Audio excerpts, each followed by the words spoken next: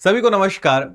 एक ऐसी सरकारी नौकरी जिसमें कोई एग्जाम नहीं होगा और उसके बावजूद भी आपको जो है गवर्नमेंट जॉब मिलेगी। क्या ये गवर्नमेंट जॉब है? किस प्रकार का ये काम है? क्या वास्तव में ये एक सरकारी नौकरी कहलाएगी? तो ग्रामीण डाक सेवा के अंतर्गत जो है ग्रामीण डाक सेवक और अलग अलग 3 प्रकार के इसमें पद हैं।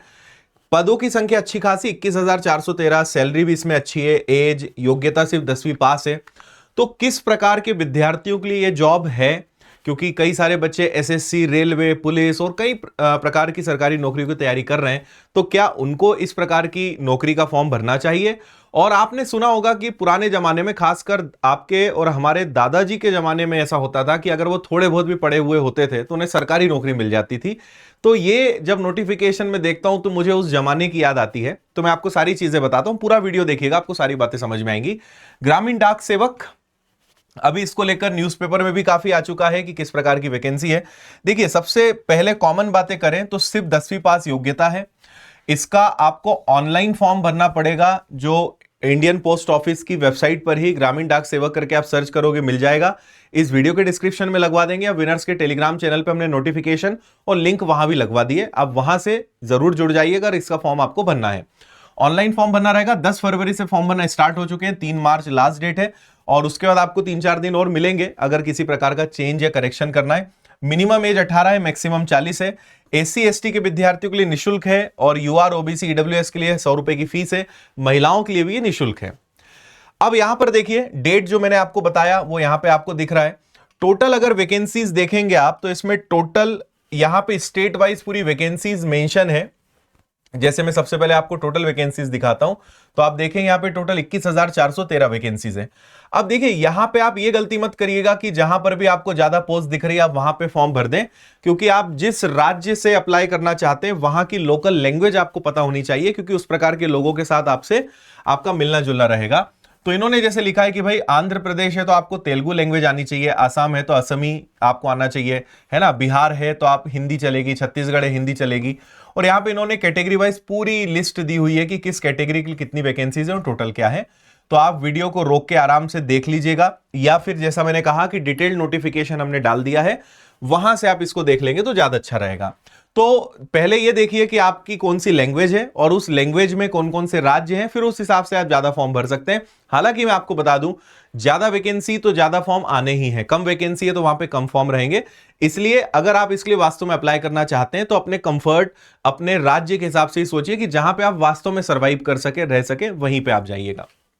चलिए, सैलरी कितनी है? तो देखिए, इसमें 3 प्रकार की वैकेंसी है। एक ब्रांच पोस्ट मास्टर है ना, उसी का असिस्टेंट ब्रांच पोस्ट मास्टर हो जाएगा, और एक डाक सेवक हो जाएगा।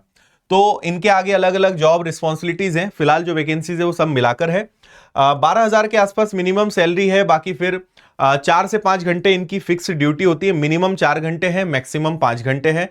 तो आप किस जगह पर पोस्टेड हैं, कितने घंटे आपने काम किया है, उस आधार पे सारी चीजें तय होंगी। मतलब आप मान के चलिए कि 15-20 हजार के आसपास सैलरी इसमें आपको मिलनी है। और यहां पे ये जो इन्होंने लिखा है ना टीआरसी है, यही इनका बेसिक पे है। तो इसी के आधार पे सारी चीजों का कैलकुलेशन होना है। तो आप इसमें ना जाएं, आप तो ये समझें कि अगर ग्रामीण डाक सेवक आप इसमें जाते हैं तो लगभग 15 से 20 हजार के आसपास, और अगर आप असिस्टेंट यानी आप ब्रांच पोस्ट मास्टर आप बनते हैं तो आप मान के चलिए कि 20 से 25 हजार की सैलरी आपको वहां पर मिल जाएगी। और इसमें एक और चीज है कि जो सरकारी सुविधाएं होती हैं, जैसे महंगाई भत्ता है या ग्रेच्युइटी होती है, तो बहुत सारे जो सरकारी नौकरी की जो सुविधाएं होती हैं वो सब भी आपको यहां पर मिलती हैं। ठीक है, मिनिमम एज 18 है, मैक्सिमम 40 है। बाकी कैटेगरी वाइज रिलैक्सेशन है। क्वालिफिकेशन जैसे मैंने कहा कि सिर्फ 10वीं पास है तो आप इसका फॉर्म भर सकते हो। इसके बाद ये एक बड़ी इंपॉर्टेंट बात है यहां पे कि आपके लिए और क्या क्वालिफिकेशन होना चाहिए। तो आपको कंप्यूटर का थोड़ा नॉलेज हो, आपको साइकिल चलाने का नॉलेज हो, साइकिल आती हो, है ना, और आपके पास एडिक्वेट मींस ऑफ लाइवलीहुड हो, यानी आपके पास जीवन प्रत्याशा के कहें या लाइवलीहुड को हम हिंदी में क्या कहेंगे, मतलब एक जीवन यापन के लिए आपके पास एक सफिशिएंट आवश्यक सुविधाएं आपके पास हो। ऐसा ना हो कि आपके पास कुछ भी नहीं है और आप इसी नौकरी पर निर्भर रहें, ऐसा ना हो। ऐसा इनका कहना है कि आपके पास कुछ साइड, कोई अपना छोटा मोटा काम, कोई और दूसरी नौकरी या कुछ ऐसा हो जो केवल आपके जीवन यापन में रहे। ये एक बड़ी अजीब प्रकार की क्वालिफिकेशन है। मैं इसका भी कारण बताऊंगा कि ऐसा इन्होंने क्यों कहा है।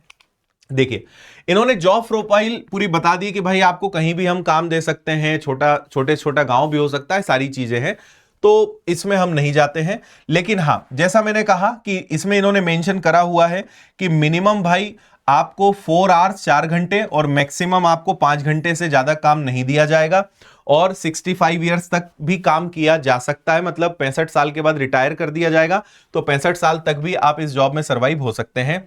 Branch post master, assistant branch post master और डाक सेवक, ये 3 प्रकार के पद हैं। इन्होंने उनकी क्वालिफिकेशन भी दी है कि किसको क्या क्या काम होते हैं, सभी पोस्ट ऑफिस के जो काम है वो सब इसमें रहेंगे, है ना। पोस्ट आने से लेके पोस्ट घरों में देने तक का जो भी काम आता है वो सब इनका रहेगा, तो इस सब में अभी हम नहीं जाते हैं। रिजर्वेशन भी यहां पर है, क्राइटेरिया क्या रहेगा। अब मैं आपको फाइनल चीज बताता हूं, अगर आप अभी तक टिके हुए हैं, रुके हुए हैं, तो मैं आपको बताता हूं कि इसमें फाइनली क्या होना है।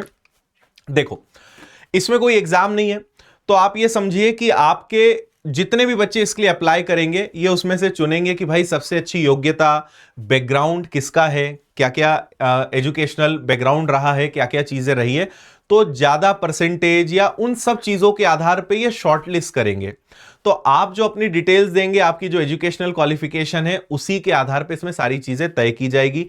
तो आप ये मान के चलिए कि आप इसमें एकदम कंफर्म आप नहीं हो सकते कि आपका सिलेक्शन हो ही जाएगा, क्योंकि वो डिपेंड करता है कि मेरिट लिस्ट में आपका नाम आता है या नहीं आता है। तो मेरा सजेशन है, अगर आपकी बहुत इच्छा है तो अप्लाई कर दो, या ऐसा है कि नहीं एग्जाम्स नहीं करना आप चाहते हो, या अभी तक आपने तैयारी शुरू नहीं करी है, 10वीं तो पास है, 100 रुपए तो लग रहे हैं, उसमें भी कुछ SC ST में तो वो भी नहीं लगना है, तो आप अप्लाई कर दो।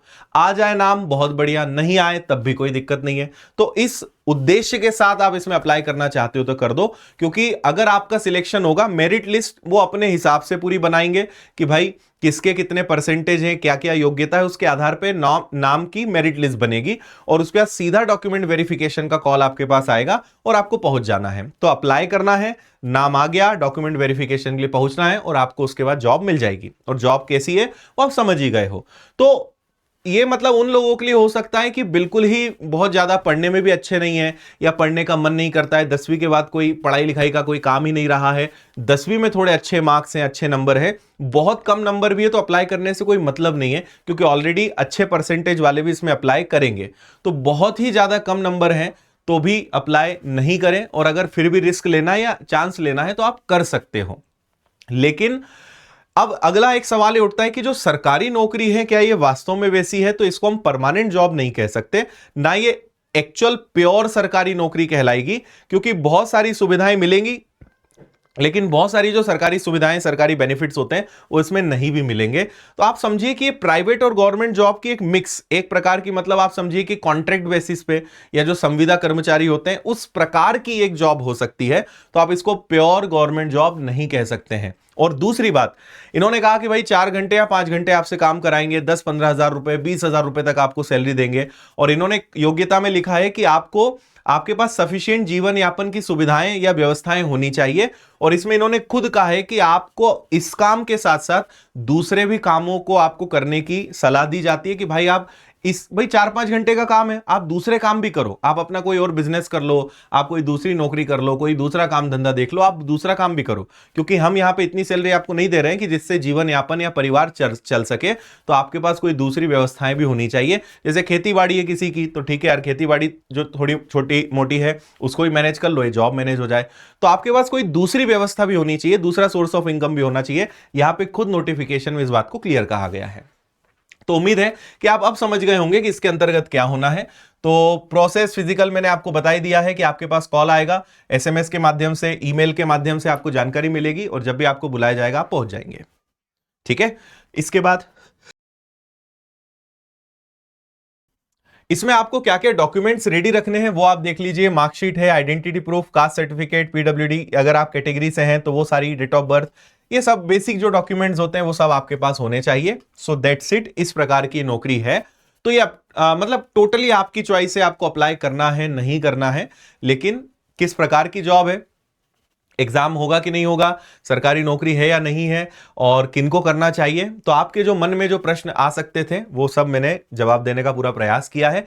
स्टिल अगर कोई डाउट है तो आप पूछ सकते हो। बाकी इनके पोर्टल पे जाइए और वहां से आप इसके लिए अप्लाई कर दीजिए, और बाकी जो काम धंधा, जो पढ़ाई और जो दूसरे एग्जाम्स में आप लगे उनमें लग जाइए। नाम आ जाता है तो उस समय सोचा जाएगा कि जाना है कि नहीं जाना है, तो अप्लाई करना है तो आप इसमें कर सकते हैं।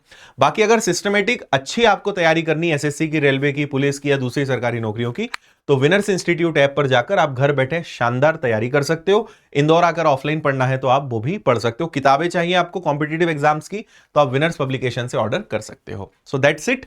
बाकी उम्मीद है सारा इंफॉर्मेशन, सारी जानकारी आपको क्लियर हो गई होगी। Thank you. जय हिंद।